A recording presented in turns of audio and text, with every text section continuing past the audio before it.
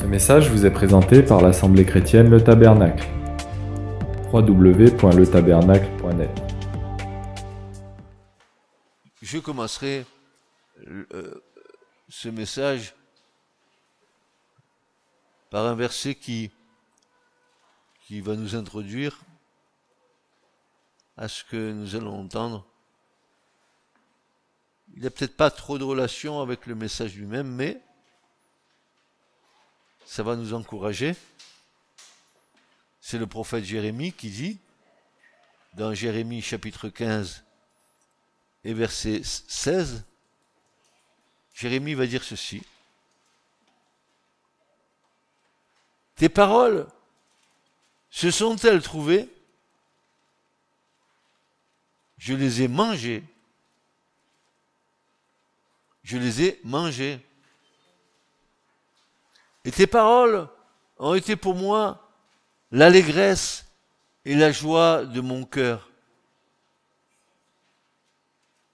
Car je suis appelé de ton nom, ô Éternel Dieu des armées. Vous vous rendez compte ce que dit le prophète Jérémie?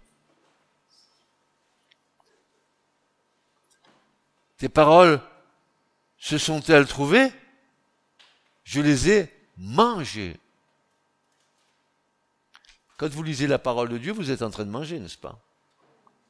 Vous mangez une nourriture solide, une nourriture qui doit vous donner des forces, qui doit vous faire grandir. La parole de Dieu participe à notre croissance, à notre foi. Car la foi vient de ce que l'on entend. Et ce que l'on entend, c'est la parole de Dieu. Donc la foi se crée dans nos cœurs par l'écoute de la parole. Et là, moi, ça me parle. Tes paroles se sont-elles trouvées?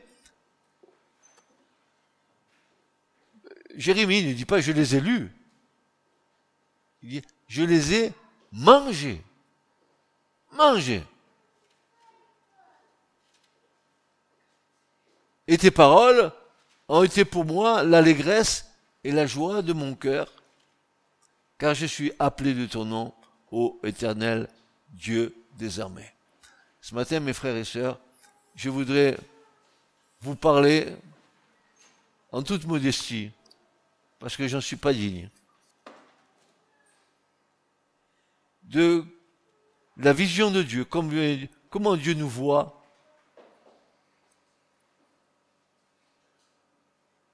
et ce que nous croyons nous voir dans cette vision-là.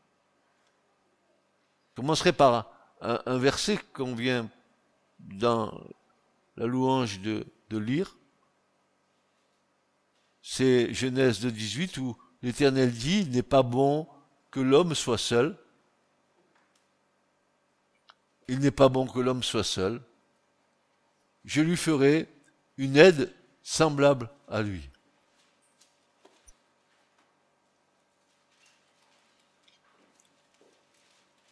Il y a bien des années, je lisais ce texte et je voulais essayer de comprendre ce que cette aide que Dieu voulait donner à l'homme, quelle sorte d'aide Dieu allait donner à l'homme en Ève, qu'il allait non pas créer, mais qu'il allait tirer du côté d'Adam. Adam, il a été créé à partir de la terre, de la poussière de la terre. Mais Ève, non. Ève, elle a été tirée d'Adam. Et en lisant le texte d'un peu plus près, je me suis aperçu que l'aide dont Dieu parlait, c'est bien plus qu'une aide à une femme de faire le ménage chez elle ou de faire les tâches ménagères. L'aide dont il est parlé ici, que Dieu veut donner à l'homme, c'est un secours. La femme peut être un secours pour l'homme, mais aussi un appui. Et même le mot « ézer » en hébreu veut dire « salut ». Si je ne me trompe pas, si je ne me trompe pas, le salut est bien arrivé par une femme. C'est bien la petite Marie qui a enfanté le Christ. Et Paul dira à un moment donné quelque chose qui est troublant. Il dit que la femme sera sauvée si elle enfante. Alors je me suis dit, quelle notion erronée nous avons aujourd'hui de ce que Dieu a fait dès le départ concernant nos sœurs, et comment la société libérale a inversé toutes les valeurs que Dieu voulait donner à la femme, en étant une aide, un secours, un appui, le salut pour son mari. Ce que nous devons comprendre, c'est que l'homme et la femme sont un. Ish, Isha. Ish, Isha. Ils sont un. Ils sont deux, mais ils sont un. Et quand tu aimes et que tu es dans l'amour, tu aimes, tu es un avec ton épouse et ton épouse avec toi.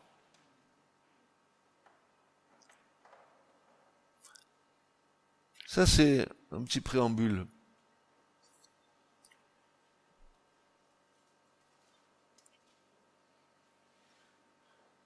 Alors, que se passe-t-il? Nous nous rendons compte aujourd'hui, quand nous regardons le concret de nos vies, que beaucoup sont fatigués, beaucoup sont découragés, beaucoup sont usés, beaucoup sont culpabilisés.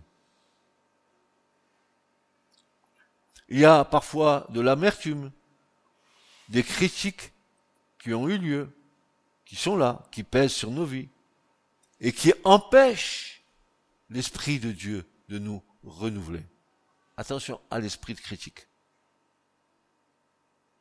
C'est un obstacle au renouvellement que le Saint-Esprit veut faire en nous. Soyez toujours remplis du Saint-Esprit. Pour cela, il faut être en paix. Il faut être en paix. Alors, comme il faut y aller, on y va. C'est notre chanson, quand il faut y aller, il faut y aller. Alors on y va. Oui, on y va. Mais il n'y a pas la flamme. L'élan n'y est plus. On le fait parce qu'il faut le faire. Mais on n'a plus la joie du premier amour. On est rentré dans un système religieux qui a ôté toute cette possibilité de ce rapport d'amour entre Christ et nous. La religion, c'est un ensemble de rites. Vous rentrez dans une église, vous tapez des mains, vous dites Alléluia, etc. Mais c'est pas ça qui fait de vous un chrétien. Ce qui fait de vous un chrétien, c'est d'être né de nouveau et de vivre avec le Christ. Pas avec l'église. L'église, c'est qu'un lieu de rassemblement. Faites attention à ça. Et quand vous dites, mais de quelle religion tu es? Ne dites pas, je suis protestant, je suis catholique, je suis cathodique, dites, je suis à Christ. C'est bien mieux que de se mettre une étiquette dans le dos, n'est-ce pas? Parce que les étiquettes dans le dos, c'est un symbole de sectarisme.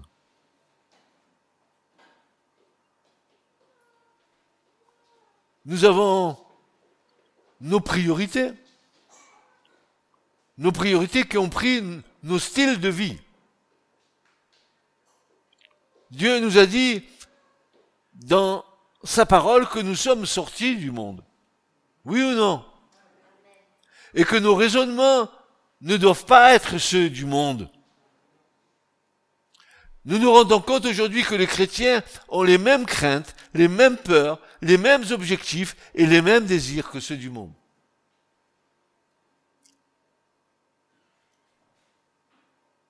Que se passe-t-il? Pourquoi est-ce comme ça?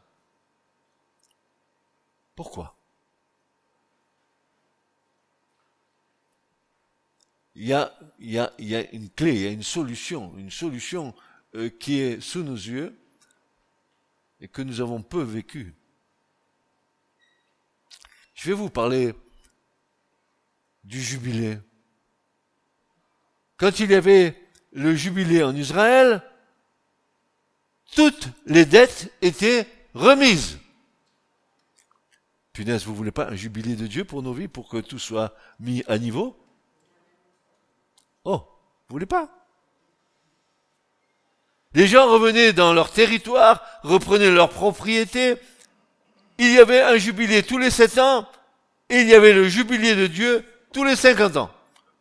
Au moins, si tu loupes les 7 ans, au bout de 5 ans, Dieu t'attend. Les esclaves étaient libérés, on revenait au temps d'autrefois, c'était formidable, c'était bon, et mes frères et sœurs, quelle paix! Quelle paix! Nous avons besoin d'oser croire à un jubilé de Dieu pour notre vie. Parfois, dans la discipline de l'Église, nous demandons des confessions, une prise de position publique pour éviter que tout soit gangréné. Mais je crois qu'on pourrait proclamer un jubilé sans explication, un jubilé qui proclame la grâce, le pardon. Toutes choses sont devenues nouvelles. Tous nos échecs, nos erreurs, nos fautes, nos réussites, tout ce pourquoi nous avons lutté ou combattu, tout ce que nous avons pu faire, toutes nos blessures, l'ensemble de toutes ces choses, le remède est céleste. C'est un jubilé de Dieu sur la terre, sur la terre, sur la terre. Jésus est venu, n'est-ce pas? Qu'est-ce qu'il est venu faire? Je vais vous lire une petite note que j'ai faite il y a quelque temps. J'espère qu'elle est là.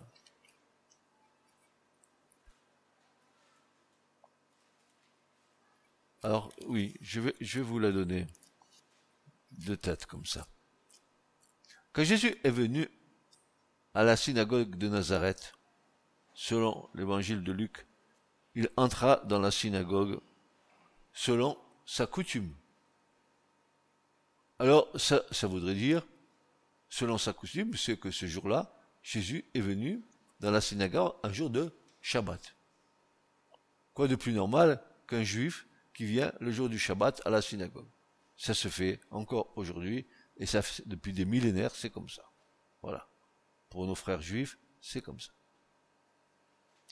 Mais ce qui m'interpelle à moi, c'est que je connais un peu le système du Shabbat chez les juifs, et que chez les juifs, par exemple, le jour du Shabbat, on va lire une paracha qui est un morceau des Écritures qu'on va commenter, qu'on va essayer de voir la quintessence de ce passage, et toujours dans la Torah, bien sûr, dans la Torah, dans les 5 livres de la loi. Et puis, en coordination avec la paracha, on a ce qu'on appelle la Haftara, et qui est un commentaire donc qui est un passage des Écritures de prophètes qui viennent compléter la paracha. Et ce jour-là, Jésus vient dans la synagogue. On aurait cru que Jésus allait commenter une paracha, un passage. Non. Non, et on va lui donner un rouleau, et il va lire un passage du prophète Ésaïe, dans Ésaïe 61, l'Esprit de l'Éternel est sur moi, etc., etc. Il m'a oint pour et pour publier une année de grâce, et là Jésus s'arrête parce qu'il ne va pas plus loin. Il a oublié de dire que le prophète a dit, mais aussi un jour de vengeance. Alors Jésus, il n'a pas dit ça, il a dit, un jour de grâce, stop, je suis venu pour un jour de grâce. La vengeance, ça va être un peu plus tard. Et c'est ça, la parole prophétique. C'est que la parole prophétique, elle a un impact immédiat pour notre compréhension, mais aussi elle peut avoir un impact dans le lointain. Et le jour de vengeance, que Jésus n'a pas dit, mais que le prophète a dit, c'est celui qui va arriver là bientôt. Ok? Voilà. Et Jésus, il il déroule le rouleau du prophète et il commence à parler de cela, il commente. Et ce qu'il va dire, c'est fantastique. Il va dire, mais aujourd'hui, cette parole, c'est accompli.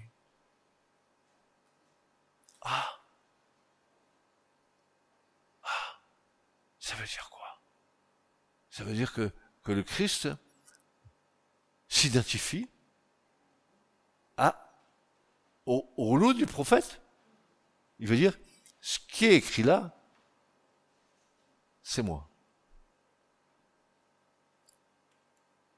Mais qu'est-ce que dit Jésus? Il dit ceci, l'Esprit de l'Éternel est sur moi et m'a oint pour annoncer une bonne nouvelle aux pauvres, pour guérir les cœurs brisés, pour faire voir les yeux des aveugles, pour libérer les captifs, délivrer les prisonniers, etc. Et Jésus, à ce moment-là, il est en train de proclamer le jubilé de Dieu. Ah, le voilà. Ça y est, bam. Il est venu exprès pour ça, pour publier un jubilé du Père, un jubilé de Dieu, où tout va être remis.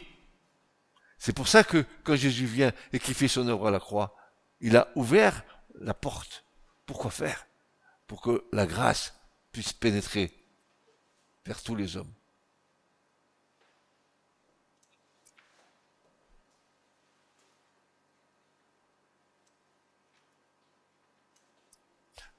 Nous avons besoin de ce jubilé.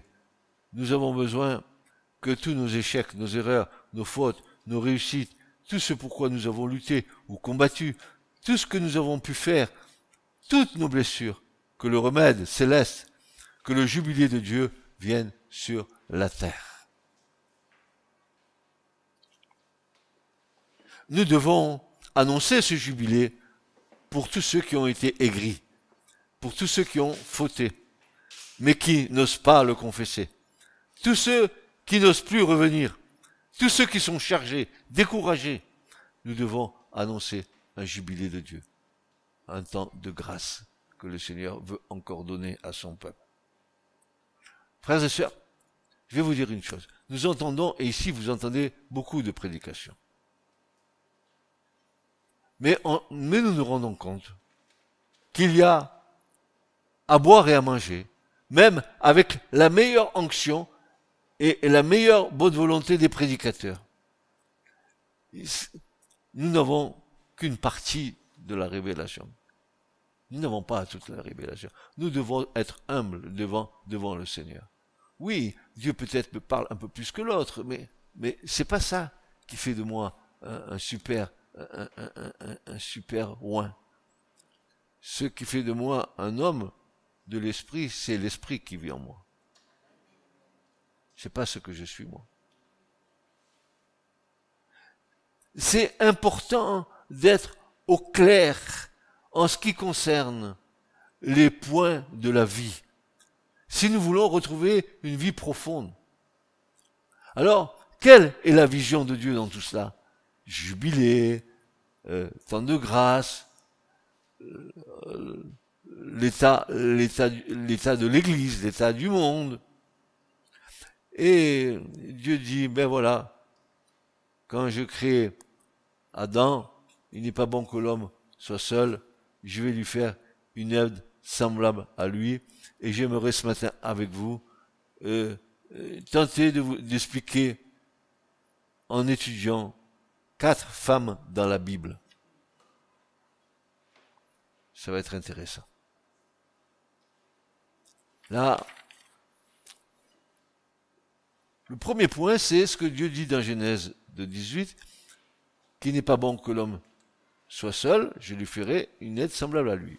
Le second point, c'est Éphésiens 5, versets 22 à 24, où Paul dit, femmes, soyez soumises à vos maris comme au Seigneur. Attendez, s'il vous plaît, sortez de votre esprit cette connotation tordue de soumission servile. Je suis soumis à ma femme dans l'amour. Et je ne veux pas la soumettre sous mon joug. Je ne veux pas imposer à ma femme les choses. Nous devons les partager ensemble avec amour.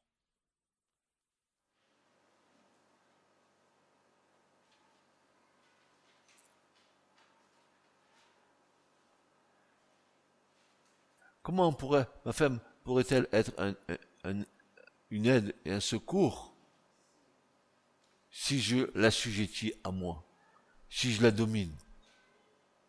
Qu'est-ce qui va en sortir de cette relation? Oh, c'est pas toujours, frères et sœurs, des positions dans lesquelles notre caractère impose à l'autre. C'est parfois plus subtil. Parfois, c'est parce que tu es spirituel que tu veux imposer à l'autre ta spiritualité. C'est pas bon de ça non plus. Il faut laisser chacun le choix. Ce choix de choisir avec son Seigneur.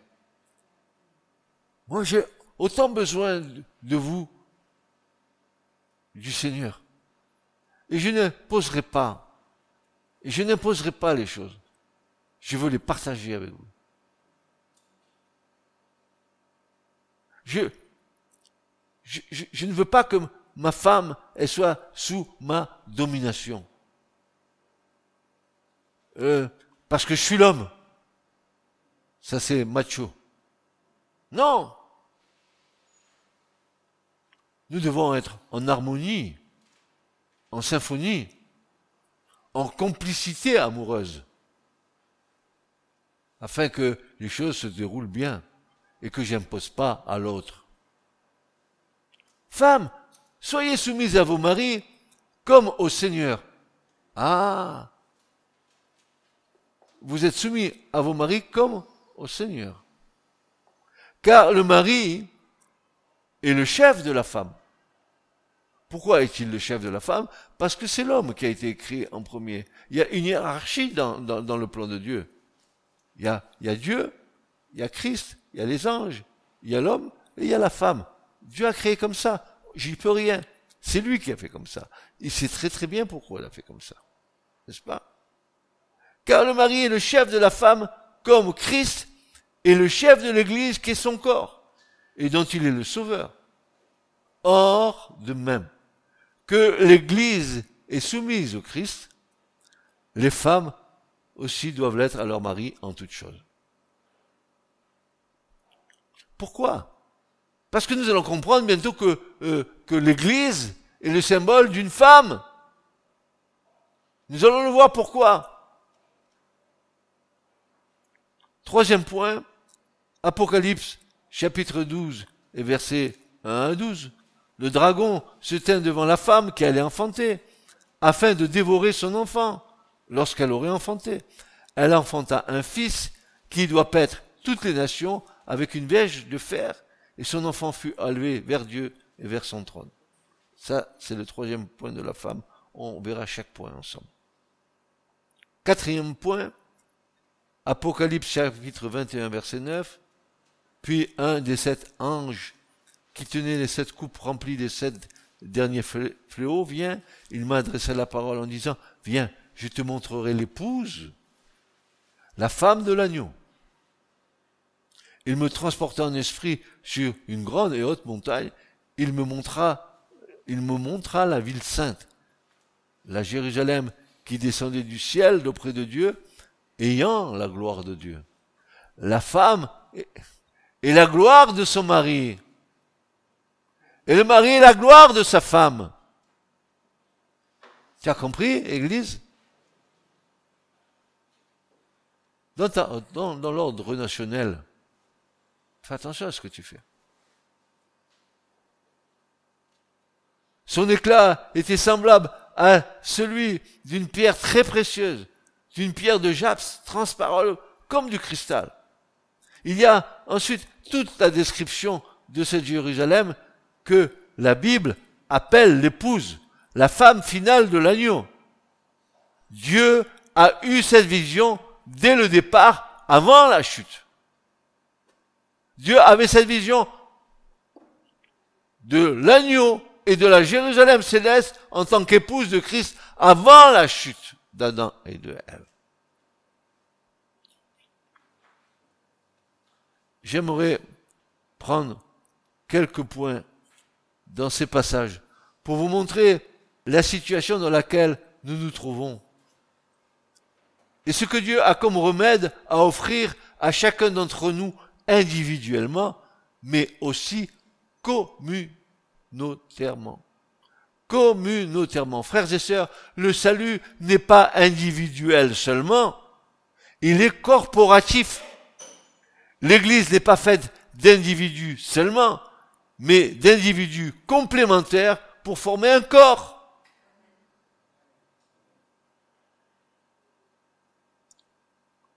Et si tu n'es pas à ta place dans le corps, il manque quelque chose au corps.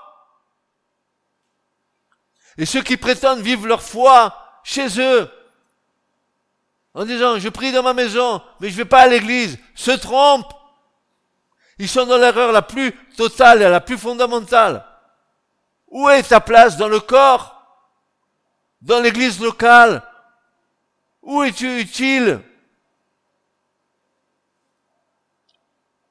Où peux-tu exhorter, édifier tes frères et sœurs, si ce n'est dans les rassemblements, dans les saintes convocations de l'église?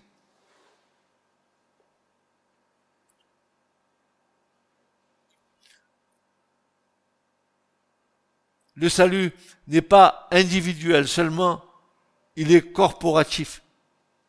L'Église n'est pas faite d'individus seulement, mais d'individus complémentaires pour former un corps.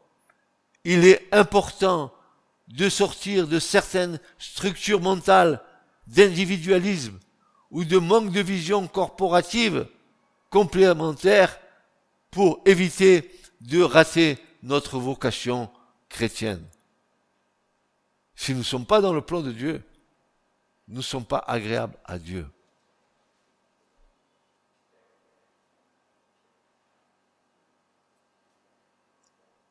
Dis-moi, toi tu as une main. Tu as une main dans le corps. Et si tu es pas là, comment vais-je faire pour me gratter, moi? J'ai besoin de ta main. Vous comprenez ce que je suis en train de vous dire? Nous avons besoin les uns des autres, dans la fonction que Dieu nous a départie, dans le corps que Dieu veut bâtir.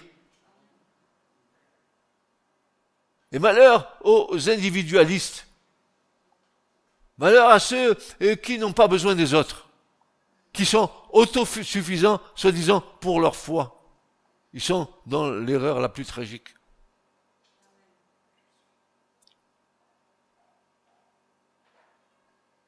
Alors, la première femme, comment vous l'appelez la première femme? Elle s'appelle pas Babette, ni Babou, ni... La première femme, elle s'appelle Ève. Ève, la vivante. Parce qu'il vit, je n'ai rien à craindre, mes lendemains sont assurés entre ses mains, il tient ma vie pour l'éternité, je sais qui vit. Alors, la première femme, Ève, faut parler d'abord de son époux, Adam. Attendez, c'est pas encore son époux, mais voilà, Adam. Adam a été créé comment? Comment elle a été créée? La poussière de la terre. Ah, j'aurais aimé voir comment Dieu a fait. Il a créé Adam de la poussière de la terre. Ève n'a pas été tirée de la poussière de la terre, elle a été tirée d'Adam. Avec Adam, Dieu a fait bara, c'est-à-dire il a fait une création ex nihilo qui n'existait pas, il l'a fait apparaître. Mais avec Ève, il a fait bana. Bana veut dire qu'il l'a tiré du côté d'Adam. Nous allons voir ça. Ève fut formée d'un os d'Adam. Dieu a créé l'homme en le tirant de la terre. Il a ensuite pris la femme. Où elle était cette femme? Eh bien, elle était dans l'homme. En l'homme, il y avait à la fois l'homme et déjà la femme. Dieu va prendre cette femme, os de mes os, chair de ma chair, non de la terre, mais dans la personne d'Adam. Ève est l'image de l'Église que Dieu a voulu de l'épouse pour son fils. Nous allons comprendre cela. Ceci, c'est un récit avant la chute. Avant la chute, frères et sœurs, il n'y avait pas de rédemption à faire. Pas besoin de Christ avant la chute. Tant que l'homme n'a pas chuté, Christ ne pouvait pas intervenir. Donc, quand Dieu a créé Ève et Adam, il n'y avait pas de rédemption à faire. Ils n'avaient pas encore chuté. Ils n'avaient pas encore transgressé les ordres de Dieu. Dieu donne la vision. Adam est l'image du Christ. Ève est l'image de l'épouse. Cette épouse ne devait pas être tirée de la terre, mais elle devait être tirée de son époux. Alléluia. Mon maman, écoutez bien. À la croix, Jésus, n'est-ce pas, quand le centurion est venu, il lui a donné un coup de lance sur le côté, et que l'eau et le sang sont sortis de son côté, alors, frères et sœurs, Dieu a tiré de ce côté percé de Christ celle qui s'appellerait Église, la nouvelle Ève. Pareil. Pareil et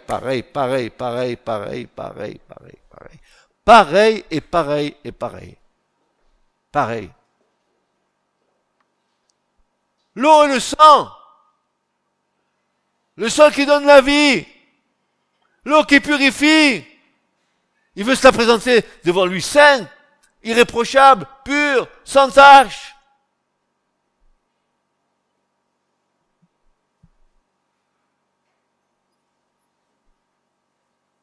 De la même façon, l'Église, future épouse de Christ, actuellement corps de Christ, doit être tiré uniquement du Christ. Tous ceux qui entrent dans l'Église, écoutez bien, tous ceux qui entrent dans l'Église et qui ne puissent pas sa source dans le Christ est du monde et n'a rien à voir avec l'Église.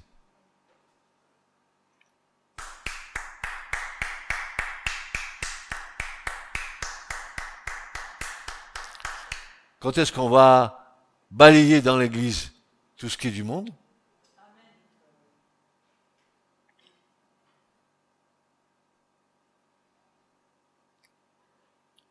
L'Église est remplie de mélanges entre les choses du monde, les conceptions du monde, les méthodes du monde et la source qui vient de Dieu. C'est un méli-mélo. En espagnol, on dit mezclado. C'est un mélange. Un peu du monde et un peu de Dieu dans l'Église.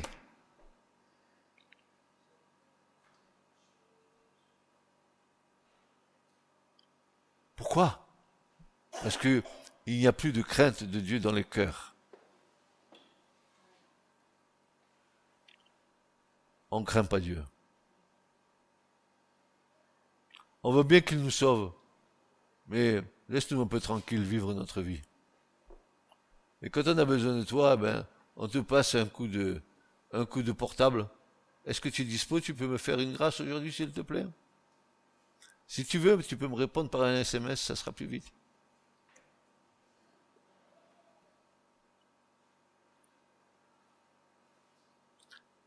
Ève avait une fonction complémentaire, on l'a vu, une fonction complémentaire. Quand Dieu, il voit Adam, il voit Ève. Et quand Dieu voit Ève, Ben, il voit Adam. Adam, c'est Ève. Et Ève, c'est Adam. Quant à leur nature, quant à leur privilège de créature, mais ils n'ont pas la même fonction, ils sont complémentaires. Ils n'ont pas la même fonction, ils sont complémentaires. Et il n'y a qu'à voir, un homme et une femme, c'est différent. Il y a des choses que l'homme ne fait pas, que la femme fait, et vice-versa.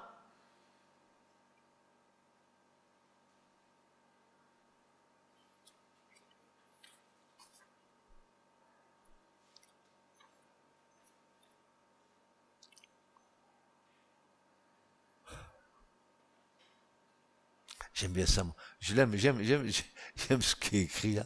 Parce que c'est tellement, quand Dieu voit Adam, il sait bien qu'en Adam, il y a Adam et Ève. Parce qu'il va l'attirer, Ève, d'Adam. Eh bien, quand il voit Adam, il voit aussi Ève. Il n'a pas besoin de passer chez Christ l'opticien, le Seigneur, pour voir qu'en Adam, il y a Ève.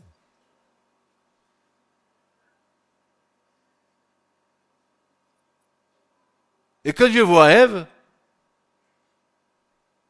il voit Adam. Quand Dieu me voit, il voit mon épouse. Et quand Dieu voit mon épouse, il me voit.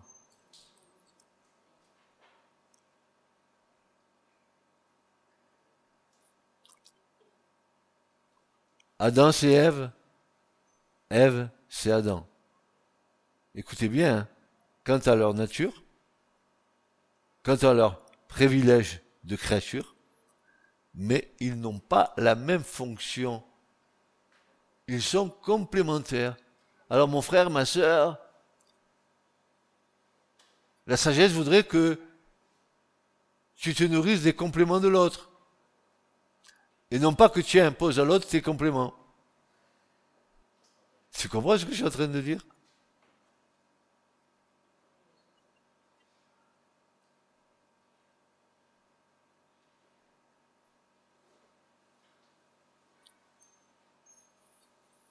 On enseigne que le sommeil d'Adam, pendant lequel Dieu a pris une de ses côtes, on enseigne que c'est l'image de la mort du Christ, et que de sa mort est sortie l'Église.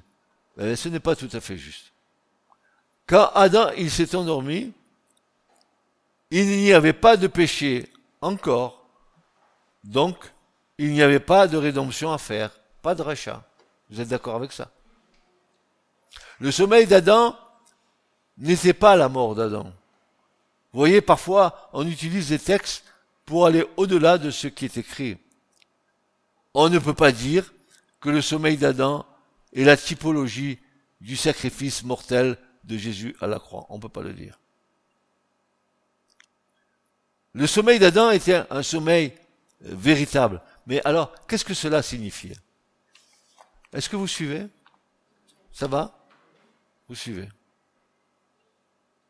Le sommeil d'Adam est un signe d'une réalité qui se trouve dans la mort du Christ. Pour nous chrétiens, la mort du Christ est la mort expiatoire. Jésus est mort pour tous les hommes. Jésus a donné sa vie pour notre rançon. Il a été brisé par les souffrances. Le châtiment qui nous donne la paix est tombé sur lui. Par ses meurtrissures, nous sommes guéris. Le sang de Jésus nous lave et nous purifie. C'est notre vision de la croix.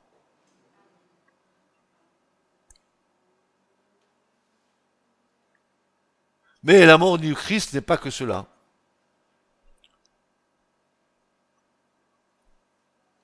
J'en aurais des choses à dire.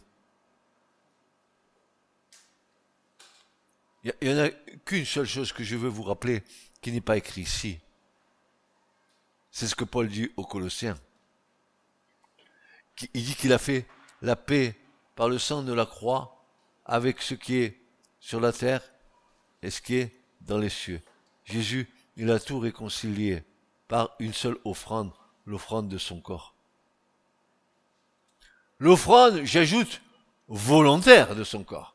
Je viens au Dieu, oui, pour faire toute ta volonté. Tu n'as voulu ni offrande, ni holocauste, mais tu m'as formé un corps. Et j'ai dit, me voici, envoie-moi, je viens faire ta volonté. Qui enverrai-je? Ésaïe 6. Qui enverrai-je? Et les anges criaient, et les chérubins criaient, Saint, Saint, Saint, et l'Éternel des armées, toute la terre est remplie de sa gloire. Qui enverrai-je? Me voici, envoie-moi. Le oui de Christ. Nous avons été mis au bénéfice d'un oui d'amour de Christ. Christ nous aime tellement, tellement, je ne comprends pas son amour. Je ne connais pas la profondeur. Je ne connais pas la largeur. Je ne connais pas la hauteur de son amour. Mais ce que je sais, c'est qu'il a tant aimé le monde, dit Jean, que le Père a donné son Fils unique, afin que quiconque croit dans le Christ ne périsse point, mais qu'il ait la vie éternelle.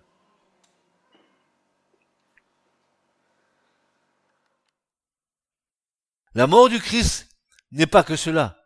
Il y a deux aspects dans la mort du Christ. L'aspect expiatoire, l'aspect rédempteur. Jésus nous donne sa vie pour que nous pécheurs, nous soyons lavés, purifiés, mis à mort avec lui quant au péché. Si vous n'avez pas bien entendu, je vais vous redire cette chose-là. Jésus nous donne sa vie pour que nous, pécheurs, nous soyons lavés, purifiés, mis à mort avec lui quant au péché. Je suis mort avec Christ, enseveli avec lui et ressuscité avec lui.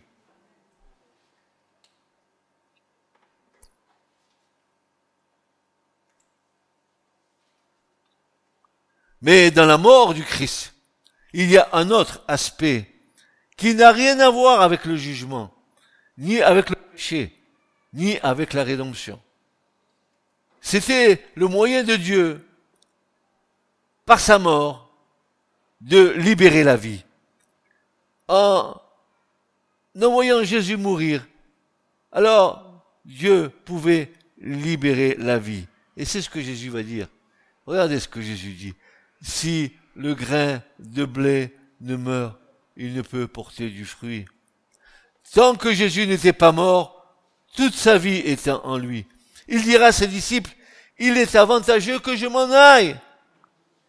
Tant que la vie divine était incarnée dans son corps physique, cela ne pouvait pas se communiquer. Il pouvait toucher, guérir, bénir, mais pour que la vie divine puisse s'installer dans les disciples, il fallait qu'il meure.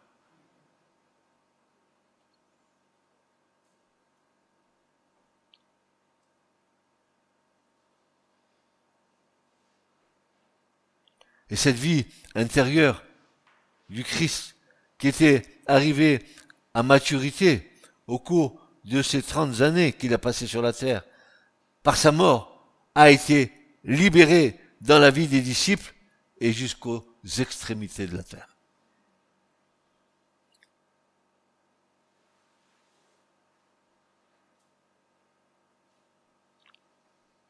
Et regardez, écoutez bien ce passage. Dans la mort du Christ, il y a l'aspect expiatoire et rédempteur. Mais c'est aussi le moyen de la multiplication, de la libération, de la communication de la vie divine de Jésus. Nous retrouvons cela dans le sommeil d'Adam.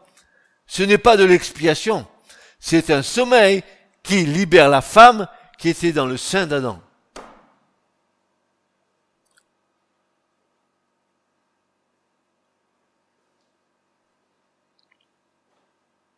L'Église, la Kaala, l'Ada, l'Église, elle, dans la vision de Dieu, est sans péché. Dieu la voit pure, sainte, irrépréhensible. Dieu n'a pas perdu cette vision. Il voit une Église sans tache, ni ride. Il voit une épouse glorieuse, préparée pour son Fils. Il fallait que Christ meure, non seulement pour notre expiation, mais aussi pour qu'il puisse se démultiplier dans les autres.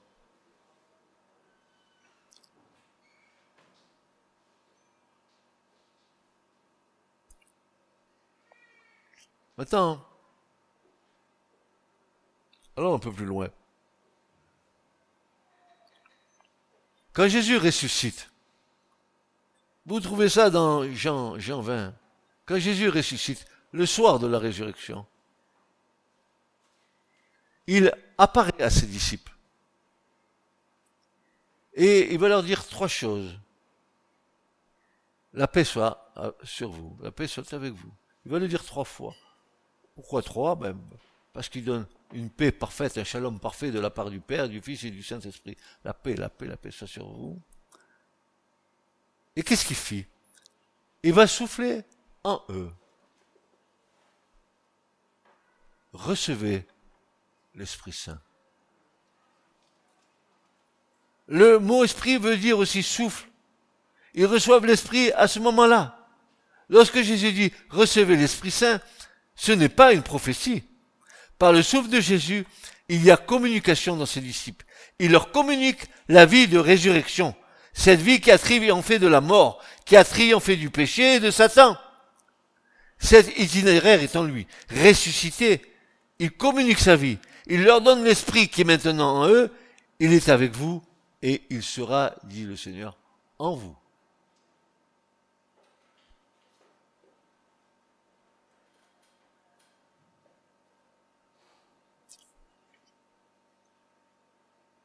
Ce n'est pas la communication de puissance, puisque les disciples vont attendre le jour de la Pentecôte où l'Esprit va descendre. L'Esprit de vie en Jésus-Christ leur a été donné quand il a soufflé sur eux cette vie que tu reçois lorsque tu acceptes Jésus comme ton Seigneur. Cette vie qui te fait naître de nouveau.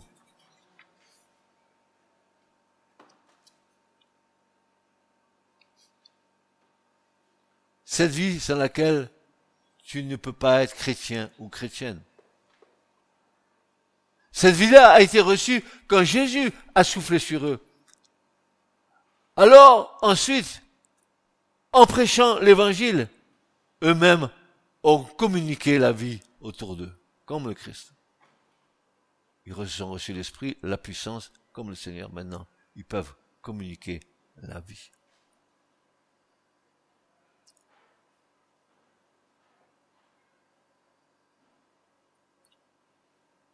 Mais le jour de la Pentecôte, c'est encore autre chose. Il leur dit, attendez à Jérusalem jusqu'à ce que je vous envoie ce que le Père a promis. Le jour de la Pentecôte, les disciples étaient assis. Ils ne hurlaient pas. Ils n'étaient pas en transe. Ils ne s'auto-suggestionnaient pas. Pendant ces 10 jours, ils avaient préparé leur cœur, purifié leur vie, leurs pensées, nettoyé leur conscience. Ils attendaient la promesse du Père. Vous recevrez une puissance, le Saint-Esprit survenant sur vous. Le jour de la Pentecôte, le Saint-Esprit est descendu sur eux. Il l'avait en eux par le souffle et sur eux comme un revêtement de puissance. Et à partir de ce moment-là, Pierre, le peureux, le timoré, tous ceux qui avaient des faillites ont été touchés par ce feu. Cette puissance qui les catapultait. Ils n'avaient plus peur de la vie, plus peur de la mort. Ce n'était plus des sentiments, mais c'était l'amour de Jésus, la paix, la joie, mais la puissance. Cela nous manque aujourd'hui.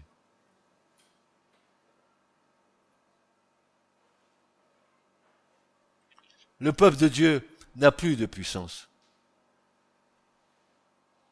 Il y a de bons sentiments, de l'amour, le caractère de Jésus, mais il nous faut retrouver la puissance de Dieu. C'est important. Cette puissance nourrit les autres, communique un renouveau. Lorsque vous chantez, lorsque vous parlez, lorsque vous proclamez, cette puissance nourrit les autres.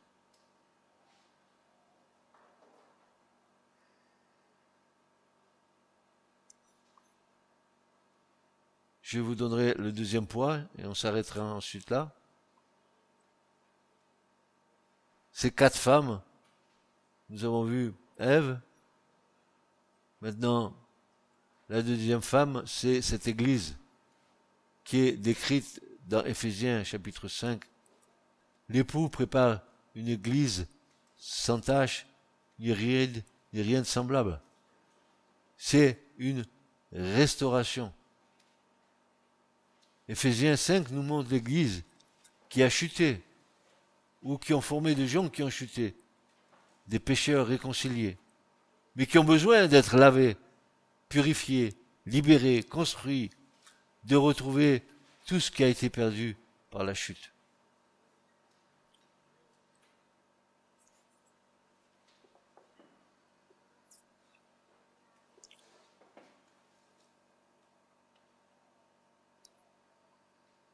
La plupart d'entre nous sont faibles.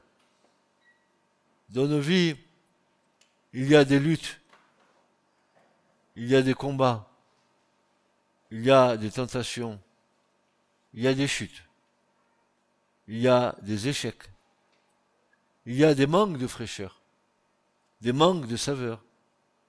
Il n'y a plus ce désir de foncer. On est comme vacciné, sans parler des fausses prophéties qui nous ont déçus, et on ne croit plus. Toutes ces choses ont démoli la foi des chrétiens.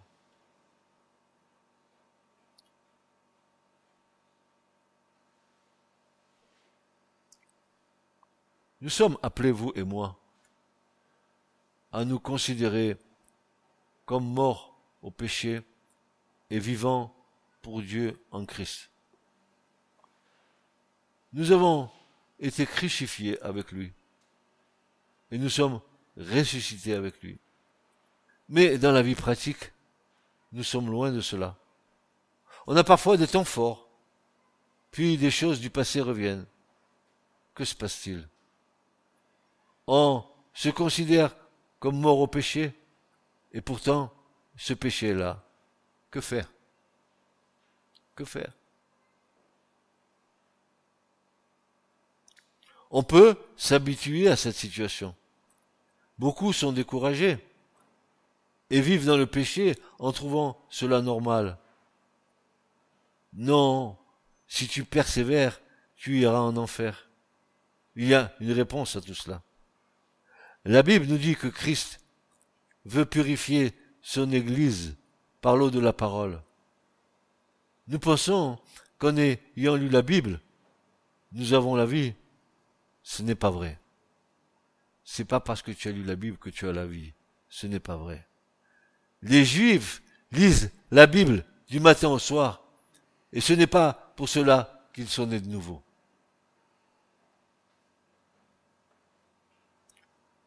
La lettre n'a jamais apporté la vie. Frères et sœurs, Paul dira que la lettre tue, mais que l'esprit, lui, vivifie. Ce n'est pas en nourrissant notre intelligence, notre savoir biblique, que nous aurons la vie. La lettre nourrit l'intelligence, mais l'intelligence n'est pas la vie. C'est notre être intérieur, dans lequel est venu habiter le Saint-Esprit qui nous nourrit. Tout ce qui n'est pas de l'Esprit n'est pas la vie. Si vous n'avez pas été touché par l'Esprit de vie, vous n'avez rien. Seul l'Esprit vivifie. Vous n'avez rien. Si tu n'as pas reçu l'Esprit de Dieu, tu n'as rien.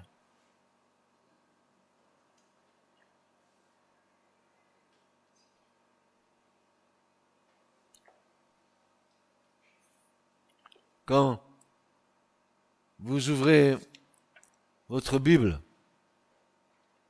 vous devez vous ouvrir par la prière et vous attendre au souffle qui est derrière la parole écrite. Souvent ici je dis que l'écriture c'est comme un immense iceberg. L'iceberg, en Alaska, vous voyez ce qui émerge de l'eau. Ça vous paraît immense, mais ce qui est encore plus immense, c'est ce qui est sous l'eau et que vous ne voyez pas. Ainsi est la parole de Dieu. La parole de Dieu, tu la lis en surface, mais Jésus a dit sondez. Sondez les Écritures. Allez-y. Creusez. Piochez. Allez-y, allez-y. Car c'est elles qui rendent témoignage de moi, dira le Seigneur.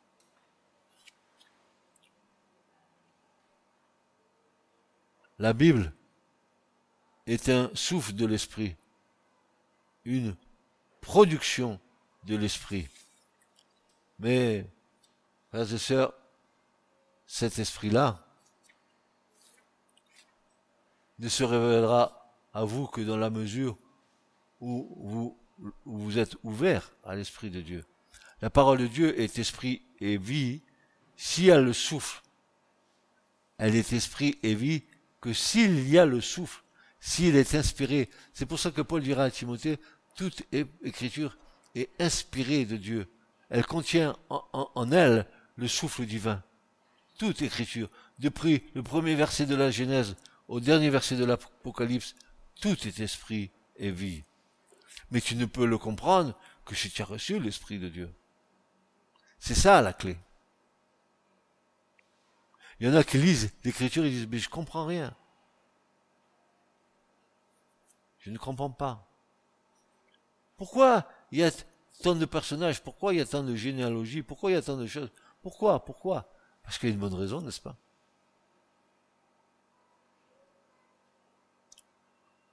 Mais la parole de Dieu est l'être qui tue s'il n'y a pas l'esprit.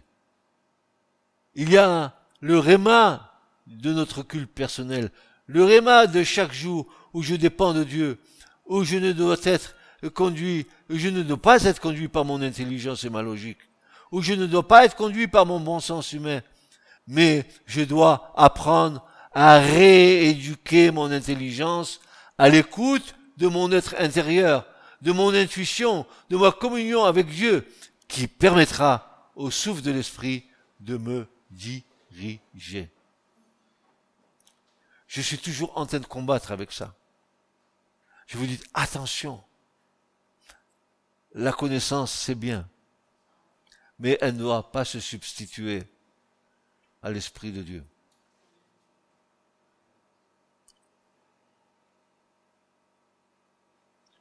Il peut y avoir une direction au fond de toi par ton intuition, par ta communion, par ta conscience, tout à fait contraire à la logique de ton intelligence. Si tu choisis la logique de ton intelligence, tu auras un raisonnement humain. Mais tu as tort spirituellement. La vie chrétienne doit se rééduquer pour que nous apprenions tant au travers de la parole qu'au travers des circonstances, qu'au travers de la marche de l'Esprit Saint. Nous ne devons plus marcher d'après les logiques humaines de notre monde, même chrétien, mais nous devons marcher selon l'Esprit de Dieu qui progressivement alors influencera, purifiera et détruira nos structures mentales humaines héritées de notre esprit cartésien français.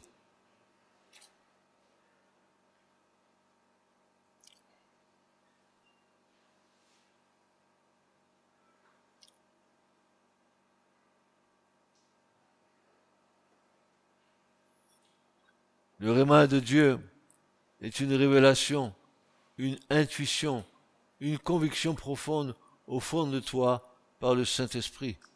La marche chrétienne est une marche constante, tranquille, où tu apprends ainsi à marcher selon ton esprit dans lequel habite le Saint-Esprit. Progressivement, il y a un réajustement de ton intelligence, de ta manière de voir les choses. Tu baseras ta vie sur un monument vivant du Christ, qui est la parole rendue esprit et vie, parce que le Christ lui-même, par le Saint-Esprit, soufflera en toi. Amen. Ce message vous a été présenté par l'Assemblée chrétienne Le Tabernacle. www.letabernacle.net